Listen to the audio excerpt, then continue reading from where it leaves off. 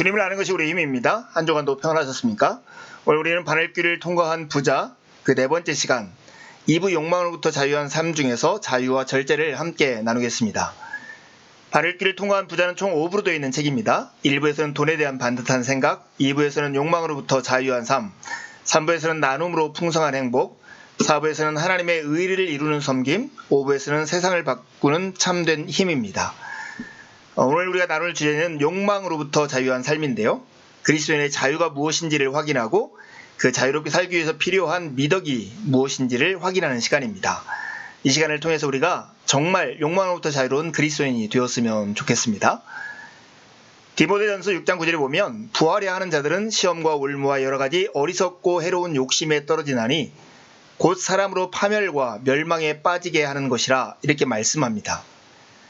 진정한 자유를 누리려면 그만한 조건이 필요합니다. 신앙적 의무를 다하고 나서 남은 돈에 대해서는 자유하다거나 깨끗하다거나 누려도 된다고 단언하는 이들이 많습니다. 진정한 자유를 누리려면 그만한 조건이 필요합니다. 생각해 보십시오. 10살짜리 아이에게 큰 돈을 주고 네 마음대로 하라고 하면 그 아이는 타락하기 쉽죠. 하지만 성숙한 사람에게 그 돈을 주면 유용하게 쓸 것입니다. 이와 마찬가지로 목 가르기를 하고 난 돈에 대해서 자유를 선언하고 마음대로 쓸 수 있는 사람은 영적으로 충분히 성숙한 사람일 것입니다. 여러분, 진정한 자유를 누리려면 이런 성숙과 미덕이 필요한 것이죠. 수입에서 다른 사람의 몫을 지하고 나면 다 내 자신의 것일까요? 누가복음 16장 10절에서 12절 말씀을 우리가 참고할 필요가 있어요. 지극히 작은 것에 충성된 자는 큰 것에도 충성되고 지극히 작은 것에 불의한 자는 큰 것에도 불의하니라. 너희가 만일 불의한 재물에도 충성하지 아니하면 누가 참된 것으로 너희에게 맡기겠느냐. 너희가 만일 남의 것에 충성하지 아니하면 누가 너희의 것을 너희에게 주겠느냐. 여기서 예수님은 단어를 바꿔가며 두 가지를 비교하시죠. 지극히 작은 것, 불의한 재물, 남의 것을 한 묶음으로 하시고요. 큰 것, 참된 것, 너희의 것이 한 묶음으로 되어 있습니다. 우리가 이 땅에서 소유하는 물질은 지극히 작은 것이며 헛된 것입니다. 그것은 진정한 의미에서 내 것이 아니죠. 하나님이 일정 기간 동안 우리에게 맡기신 것입니다. 반면에 영원한 나의 소유는 이 땅에서의 삶의 결과로 하나님이 주시는 것입니다. 그것은 참된 생명과 영원한 기쁨으로서 이 땅의 물질과 비교할 때 큰 것이고 참된 것이고 그것이 진정한 우리의 소유인 것입니다. 그러니 내 것이라 말할 수 있는 것은 지상에 단 하나도 없는 것입니다. 내 수입 중에서 다른 사람의 몫을 제하고 난 나머지를 내 몫이요 내 소유라고 주장해서는 안 되죠. 수입뿐만 아니라 내 생명을 유지할 수 있게 해주는 자연환경, 가정, 직장 등을 모두 하나님이 잠시 우리에게 맡겨주신 것입니다. 루이스는 인간이 완전히 소유했다는 의미에서 내 것이라고 말할 수 있는 것은 지상에는 단 하나도 없다라고 단언합니다.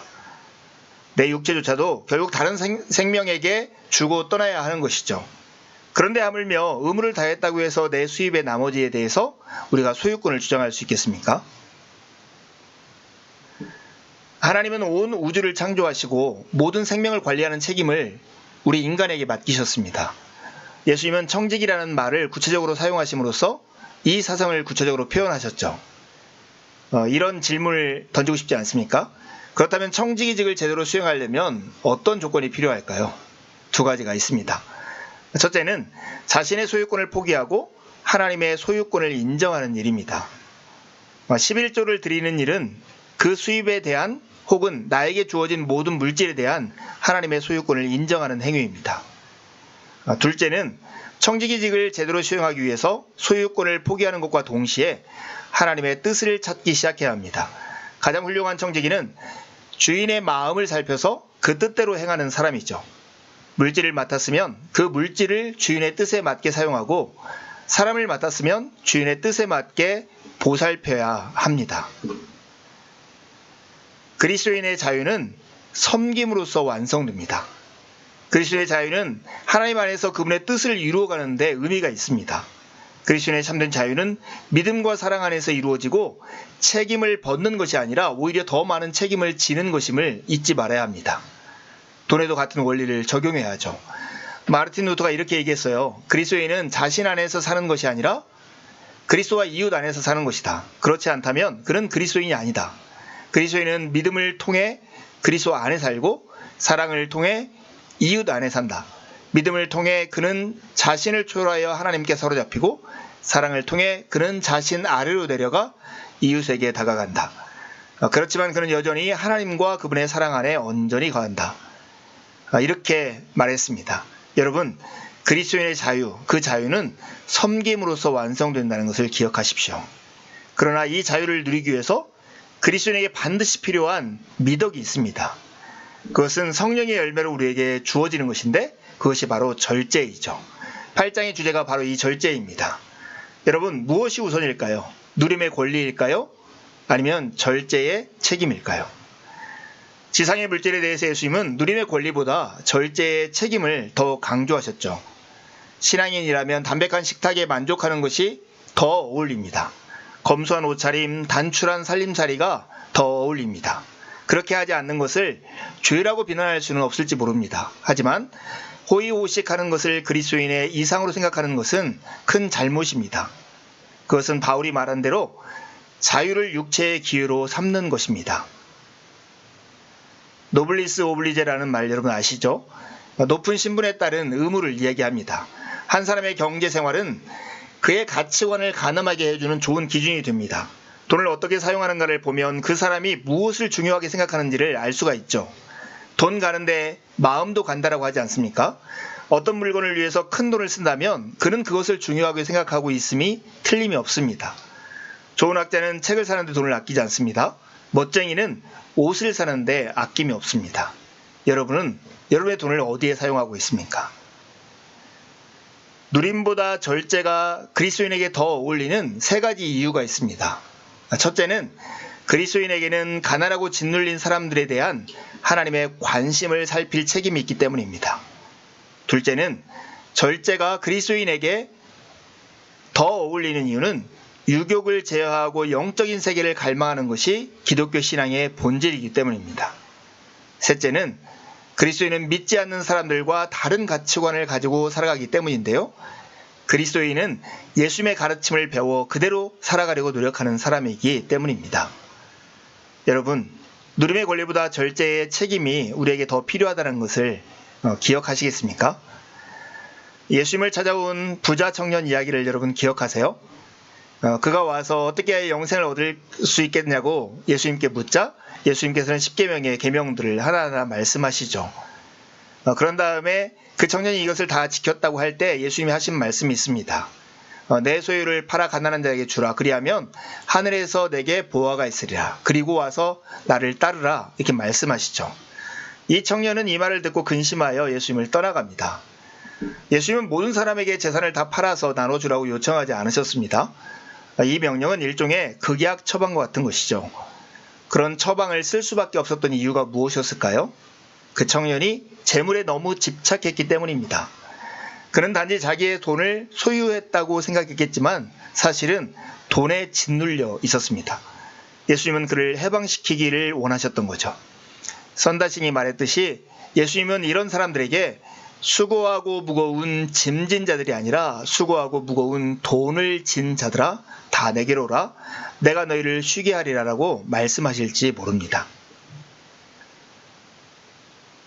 두 가지 계산법이 있습니다. 첫 번째 계산법은 다른 사람의 몫을 먼저 생각하는 계산법이죠. 내 수입에서 일정한 기준을 따라서 다른 사람의 몫을 떼고 나머지를 자신을 위해 사용하는 재정의 방법입니다. 이런 방법도 일정 유익한 것이 있지만 이런 방법들을 모든 사람에게 적용하면 가난한 사람들은 너무나 많은 몫을 떼서 최저의 생활을 유지하기 어렵고 부유한 사람들은 몫을 떼고도 너무 많이 남기 때문에 공평하지 못한 계산법이 됩니다. 하지만 더 나은 계산법이 있습니다. 다친 재정이라고 하는 이 계산법은 모든 사람에게 자기의 생활비를 정해놓고 그 나머지를 참 주인이신 하나님의 뜻대로 사용하는 방법입니다. 구차하지도 않고 너무 두달리지도 않는 생활비를 미리 정해놓고 나머지 돈을 그렇게 활용하는 것입니다. 이 계산법은 가난한 사람들의 짐을 덜어줍니다. 가난한 사람들에게 적어도 최저 생활을 보장할 수 있는 계산법인 것이죠. 이런 계산법을 가지고 여러분의 삶을 절제하면 진정한 섬김을 통해서 자유를 누릴 수 있는, 욕망으로부터 자유를 누릴 수 있는 삶을 살 수 있습니다. 로널드 사이드가 제시한 누진 11조라고 하는 제도는 어떤 의미에서 이러한 계산법을 잘 적용할 수 있는 방법이기도 합니다. 누진 11조란 수입이 증가함에 따라서 11조의 비율을 높이는 방법입니다. 이것은 자신의 몫을 일정 한도에서 제한하고 나머지를 하나님의 뜻에 따라 사용하도록 돕는 좋은 제안이죠. 우리가 자유롭지 못하고 늘 우리의 삶이 분주한 이유는 욕망으로부터 자유하지 못하기 때문입니다. 그리스도인의 자유는 섬김을 통해서 완성되고 그 섬김을 위해서는 절제의 미덕이 우리에게 필요합니다. 두 가지 질문하고 이 과를 마치려 합니다. 당신의 지출 중 하나님의 뜻에 맞지 않는 것이 얼마나 있는지를 한번 살펴보십시오. 여러분은 얼마나 좋은 청지기입니까? 지갑을 열 때마다 하나님의 뜻을 생각하는 습관을 길러보면 어떨까요? 두 번째 질문인데요. 진정한 자유를 누리기 위해서 절제의 덕이 필요한데 절제의 덕을 키우기 위해서 어떻게 해야 할까요? 그리스도인의 누림은 그 한계가 어디라고 봅니까? 한 주간도 주님의 은혜를 의지해 살고 복된 주일에 함께 만나 기쁨으로 하나님을 예배하시죠. 감사합니다.